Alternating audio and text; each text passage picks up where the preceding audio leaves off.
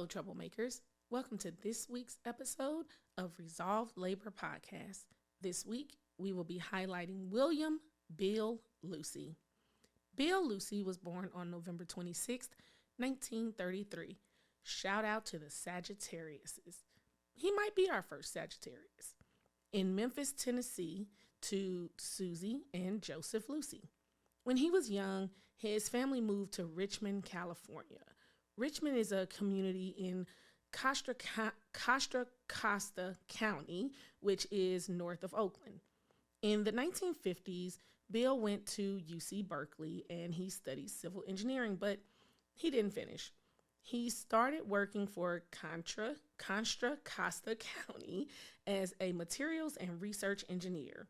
He did this for about 13 years. Now, the county employees didn't have a union. They were basically a collective of employees who would sometimes scream and holler if someone did something wrong or something didn't go their way, and then they just throw a fit until management and everybody basically got sick of hearing it and did something about it. And whatever grievance they had, that's how it would be handled. It wasn't actually a formal grievance procedure. So the employees started to talk about, we already act like a union, and right now we're just an association. So since we're acting like a union, do we want to be a union? So the employees took a vote and among themselves, and they voted overwhelmingly for the union. Now, be mindful that, Contra County is, they were pro-union anyway, so it went really well. But then the next question was, okay, we didn't took this vote. Who we going to be a union with? After more discussions, the employees voted to join AFSCME, the American Federation of State, County, and Municipal Employees. They became AFSCME Local 1675 in 1956. Now, Bill was extremely active during the organizing of Local 1675, and in 1965, he became their president. But this didn't last long because, as we've learned, troublemakers, when you're killing it in this organizing game, eventually your national union is going to take notice for, either good or bad. They're going to take notice. So after a year into Bill's presidency, he was asked to come to AFSCME International as the Associate Director of Legislation and Community Affairs. So just remember, troublemakers, this is the early 60s.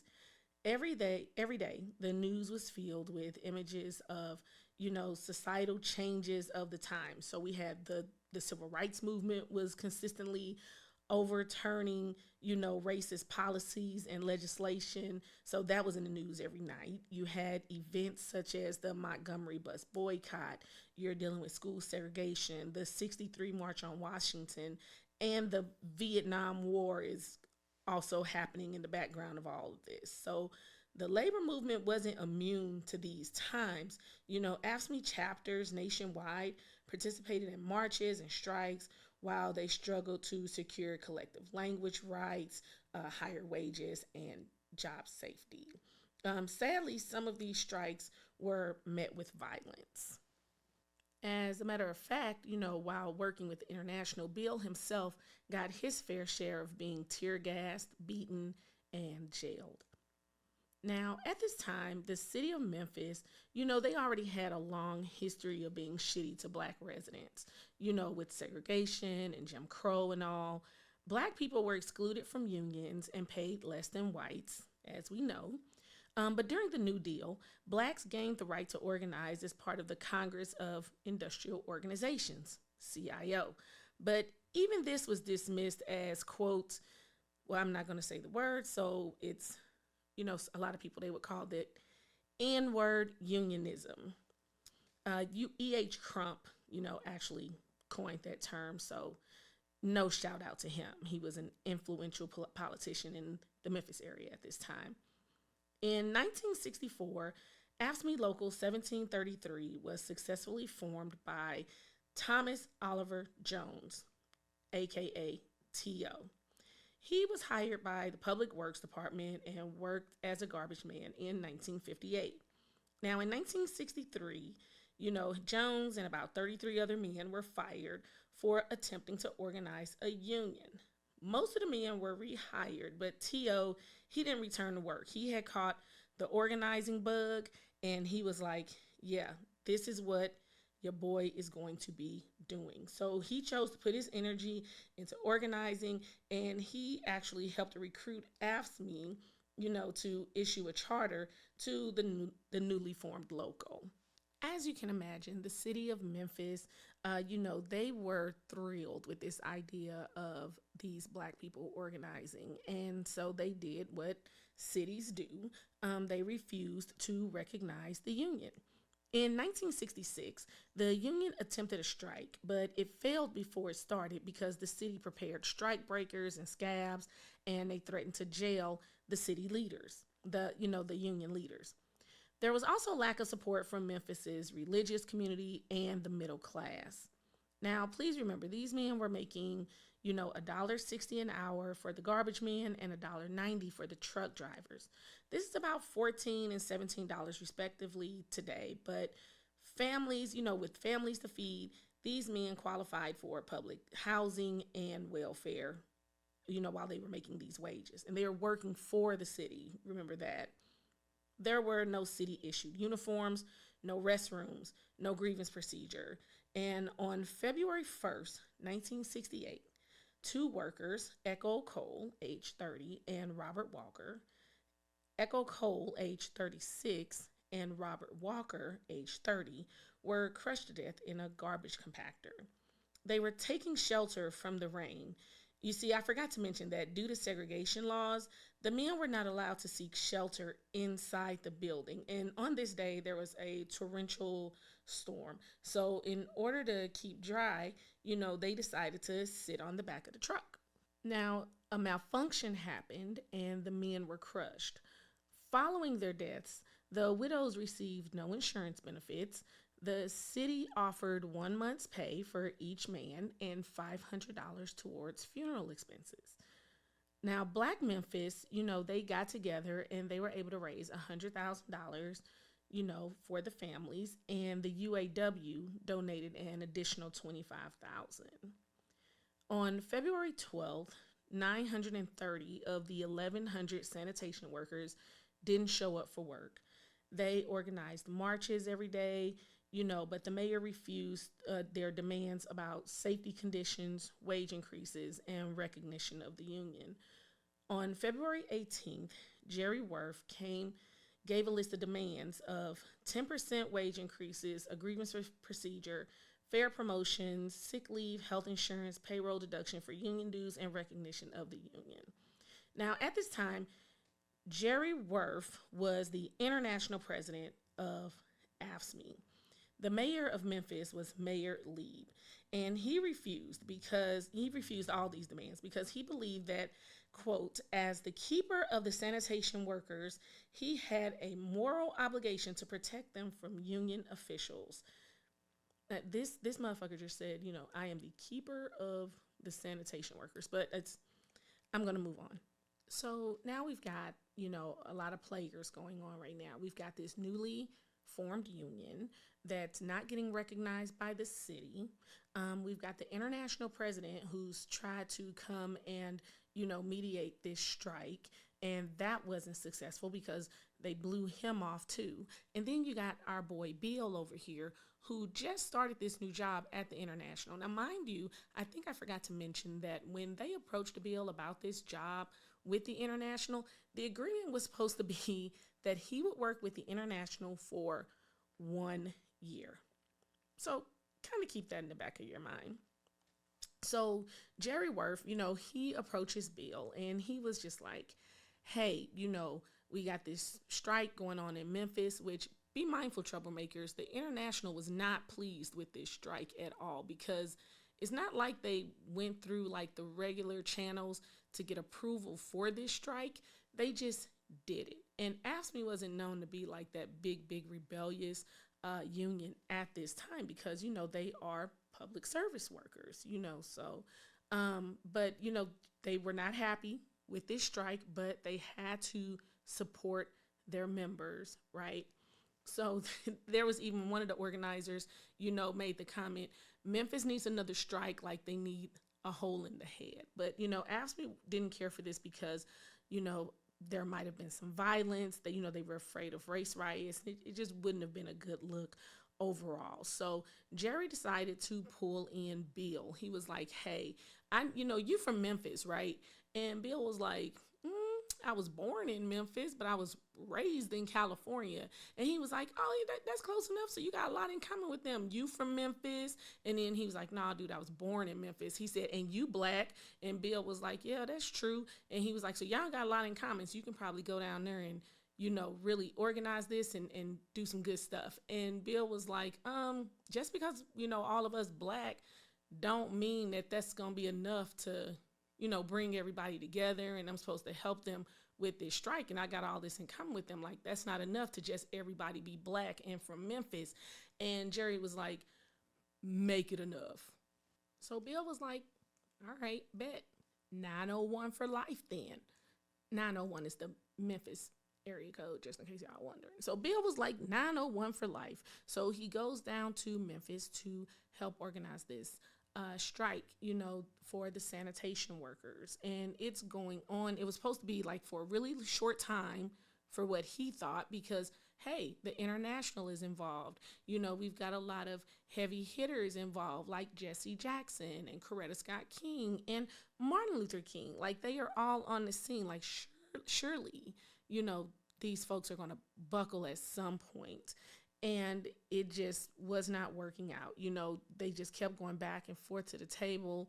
And eventually, Bill was able to coordinate, and and Jerry Worth, who's a very good friend of Martin Luther King, they got Martin Luther King to come down, to help assist with the sanitation workers strike. Because, as we all know, troublemakers, civil rights and labor rights are closely connected and basically damn near the same.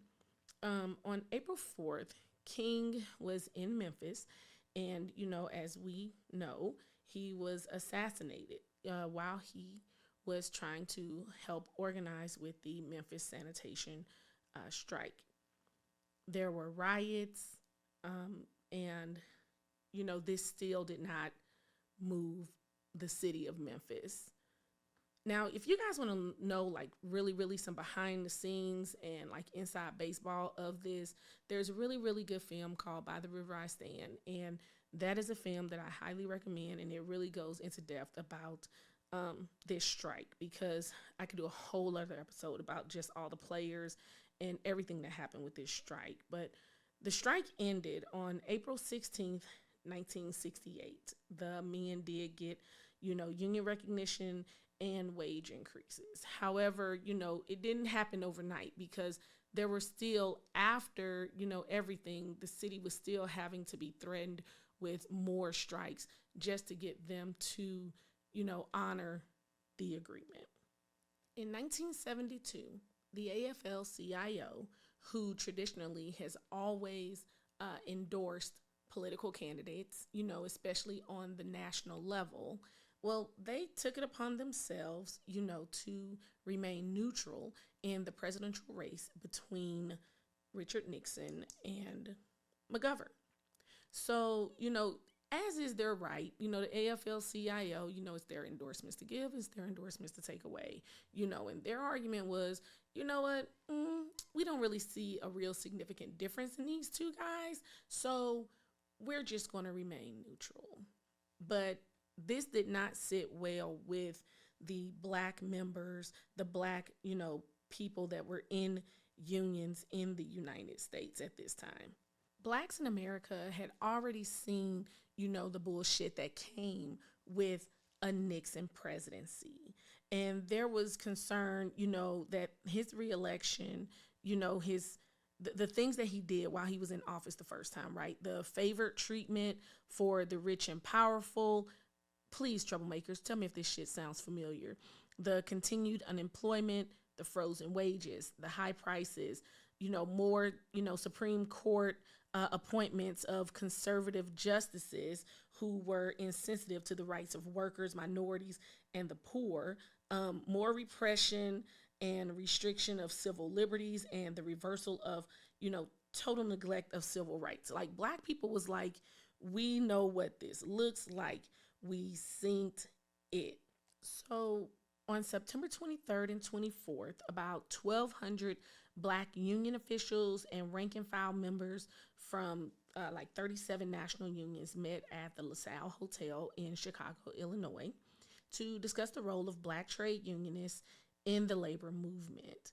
A steering committee was formed, and this included Nelson Jack Edwards, who at the time was vice president of UAW, William Simons, who was president of the Washington Teachers Union Local 6, Charles Hayes, who was vice president of the United Food and Commercial Workers Union, Cleveland Robinson, who was president of Distributive Workers of America District 65, and our man, Bill Lucey.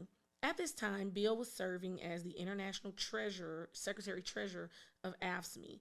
And at the time, he was the highest standing black, elected labor official internationally. And Bill made a statement at the convention for what, basically this statement was what the newly named, Coalition of Black Trade Unionists would be known for. Now, I was not there, people, but y'all got to remember, like, I was born in the 70s, but I was raised in the 80s. So, but my parents were, raised up in the 70s. So I pretty much know like the vernacular and like their attitude and like the look. And I'm just imagining my man Bill, like standing there. He probably had on I don't know, fuck it, like let's just put him on a dashiki and an afro and a chain. And he said, at the present time, we occupy a very important and critical position in the politics of this nation. We are not in anybody's pocket, do not intend to get in anybody's pocket, and we are going to assume a position of full partners. You see, we don't want anybody to be making decisions for us any longer because we are capable for making decisions for ourselves. We don't want to be a thorn in anybody's side, but we don't want to be a pivot for anybody's heel. You dig? Okay, y'all, for real. I don't know if that man said you dig, but I'm thinking in my head, he said, you dig? You dig? Now, this gathering of, black workers was not the very first, one that was ever formed. Like at this time, you still had the A. Philip Randolph Institute, that was around. And then you had the League of Revolutionary Black Workers. Please, if you're within the sound of my voice, read Yes, I Do Mind Dying. That book is about the League of Revolutionary Black Workers out of Detroit. So, but this one seemed to be the one that resonated and connected people because those, the League of Revolutionary Black Workers, like they like formed and were done like within 2 years. The A. Philip Randolph Institute is still very much around.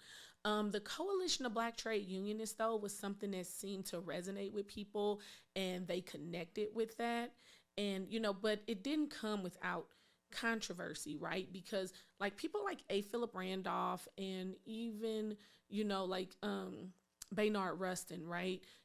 Other blacks in the union movement, they had a problem with the CBTU being called, Coalition of Black Trade Unionists. They felt like it was divisive and could turn some people off. But our guy Bill was like, look, y'all, like if we can't even call ourselves black, which is literally what we are, we got bigger problems than the ones that we're trying to solve.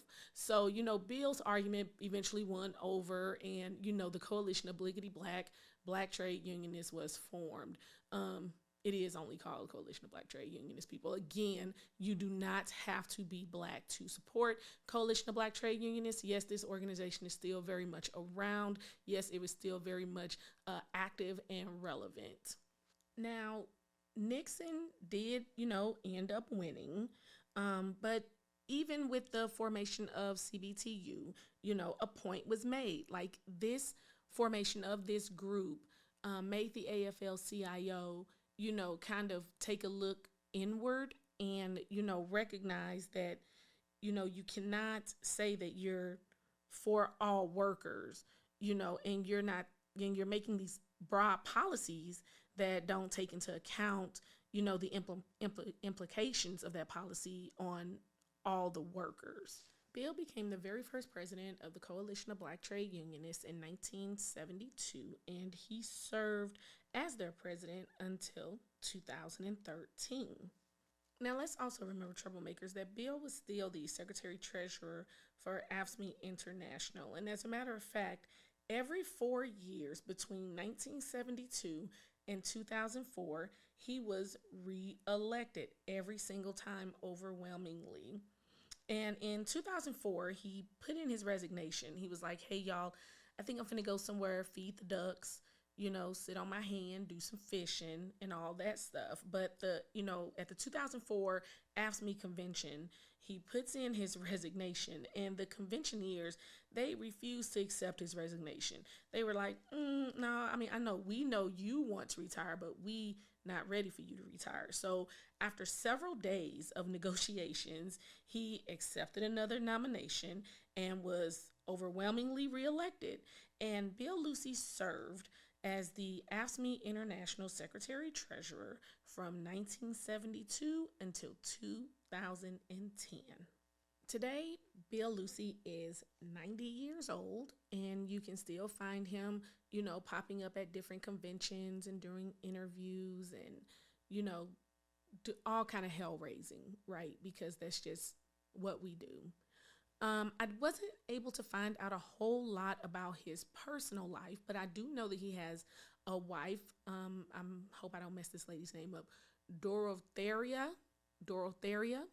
and they have 2 children, Benita and Phyllis. Bill Lucey is just one of those people that,